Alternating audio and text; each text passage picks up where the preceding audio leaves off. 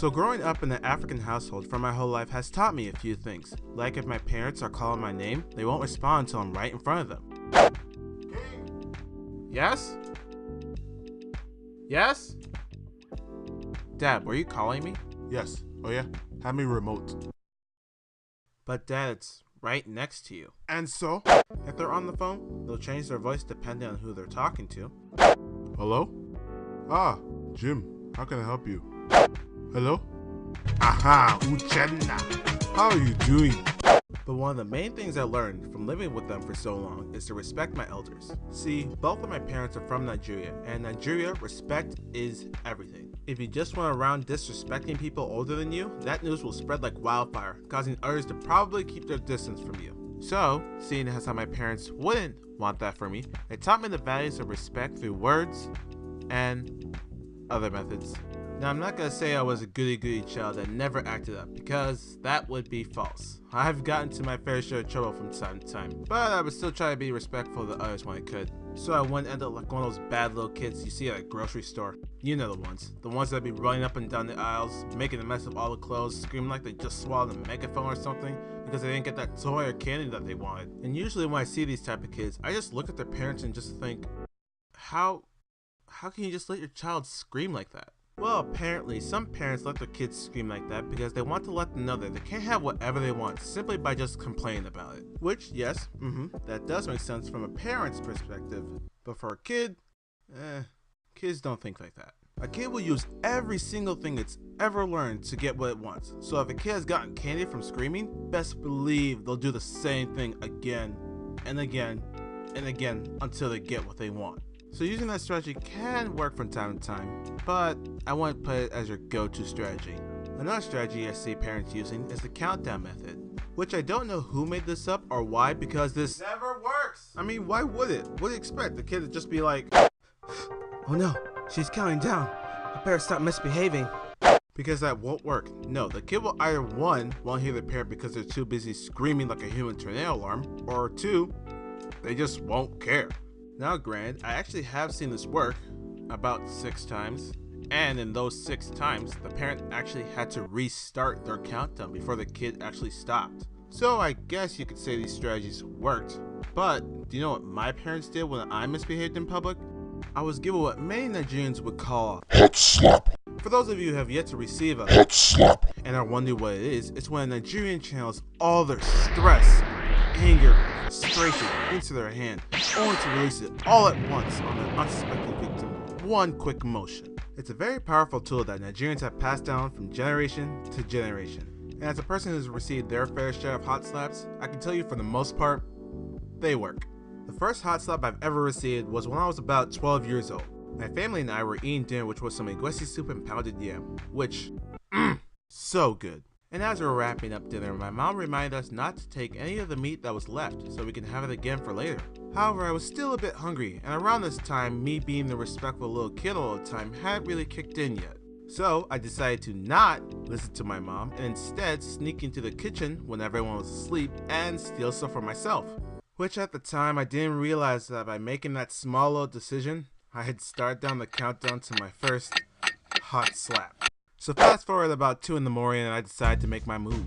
I got out of bed and began to make my way to the kitchen as quietly as I could so I wouldn't wake up anyone, especially my parents. The plan was simple: get in, get the food, and get out. However, there were 2 factors I didn't plan for.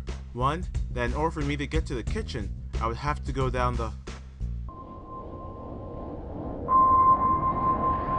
stairs. Which, as we all know, when it's nighttime and you're trying to take some food, every single noise you make is increased tenfold. So I had to be really careful when going down those stairs so I wouldn't make any noise.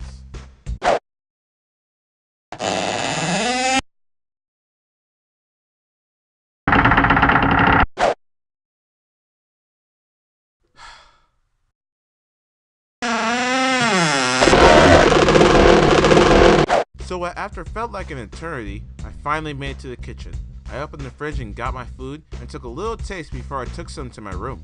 However, instead of tasting that hot delicious egusi soup that'll make my body feel nice and warm, I instead got a different feeling.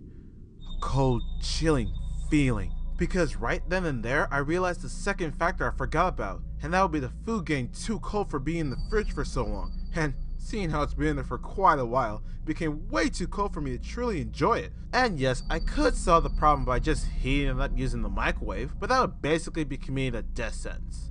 Why, you ask? Because remember, it's nighttime. Every single noise you make is amplified to be super loud. So using the microwave is basically telling everyone in the house, I'm stealing food! I'm stealing food! Hey, parents, you know that thing you didn't want me to eat? Well, I'm eating it right now, and you can obviously tell that I'm warming it up because I'm using the microwave because it's super loud, so just wanted to let you know. But even knowing all that, the fact that using this microwave may cost my young life to be ended by a fiery hot slap, I thought to myself, no, I came too far and sacrificed too much to be in this kitchen right now. And you think I'll just accept defeat just because of some cold soup? No, I refuse to be beaten here. I said I was gonna have some egusi soup, and gosh damn garment, I'm gonna have some egusi soup. I obviously said all this stuff in my head so they wouldn't hear me. I just don't know how to echo my voice. So even though what I was trying to attempt was basically suicide, I still tried to be as quietly as I could. But unfortunately, there is only so much you can do.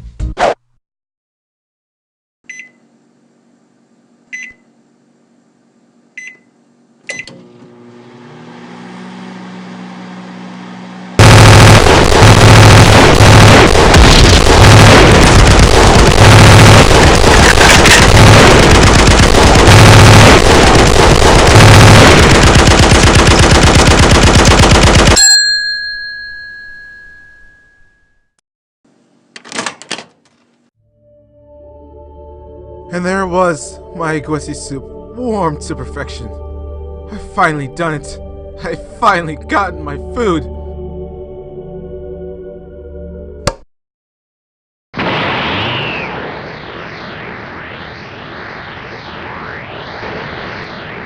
Wait, Mom, no, it's not what it looks like.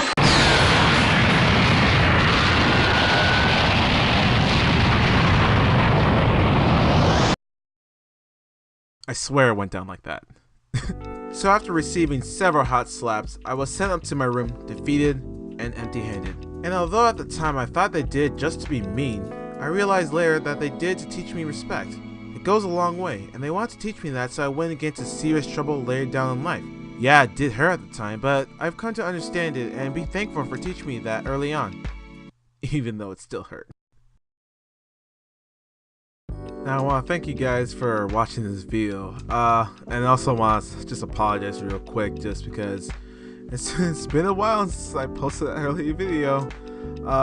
Yeah, the reason for that was because I started school up again and I got super just cluttered with schooling and work, and I didn't really have any chance to post anything on this channel, so I just wanted to say sorry about that. But I am making a schedule for this now, and I'm trying to get a video out at least every month.